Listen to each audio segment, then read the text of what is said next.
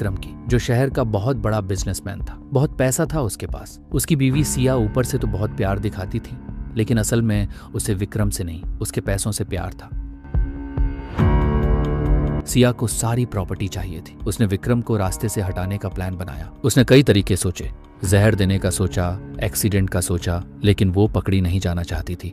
उसे एक ऐसा प्लान चाहिए था जो कुदरती हादसा लगे।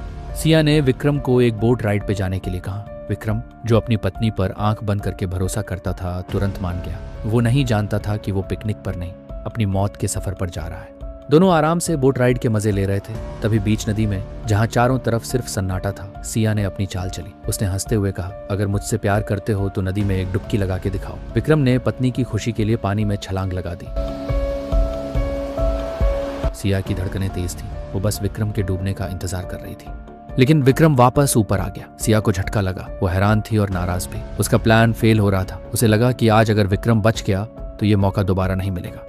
उसने तुरंत दूसरा दांव खेला। उसकी आंखों में अब प्यार नहीं, सिर्फ पागलपन था। उसने सामने वाली ऊंची जानलेवा चट्टान की तरफ इशारा किया। दम है तो वहां से कूद कर दिखाओ। विक्रम ने उसे देखा और फिर चुपचाप चट्टान पर चढ़कर छलांग लगा दी। इस बार विक्रम वापस नहीं आया। पानी शांत हो गया। 1 मिनट बीता, 2 मिनट बीते, कोई हलचल नहीं। सिया ने राहत की सांस ली। अब उसके चेहरे पर खुशी थी। विक्रम का किस्सा खत्म हो चुका था। सारी दौलत अब उसकी थी। सिया ने जश्न मनाने के लिए बोट वापस मोड़ी, लेकिन जैसे ही चाबी घुमाई, इंजन स्टार्ट ही नहीं हुआ। घबराहट में उसने लाइफ जैकेट उठाई, वो भी फटी हुई थी।